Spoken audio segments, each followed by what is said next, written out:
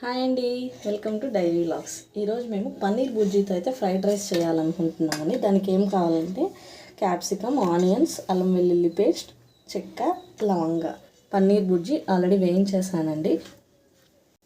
దాల్చిన చెక్క, లవంగ ఆయిల్లో వేసి ఆనియన్స్,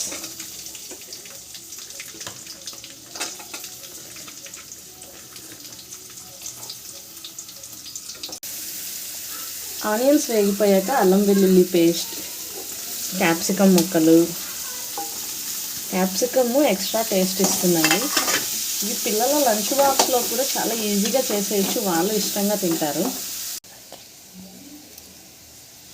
కారం సరిపోకపోతే కొద్దిగా కారం వేసుకోవచ్చండి. క్యాప్సికమ్ నుంచే మామూలుగా కారం వస్తుంది. ఫైనల్గా గరం మసాలా, దించుకునే ముందు కొత్తిమీర వేసుకుంటే tasty paneer capsicum fried rice ready అండి. Bye bye.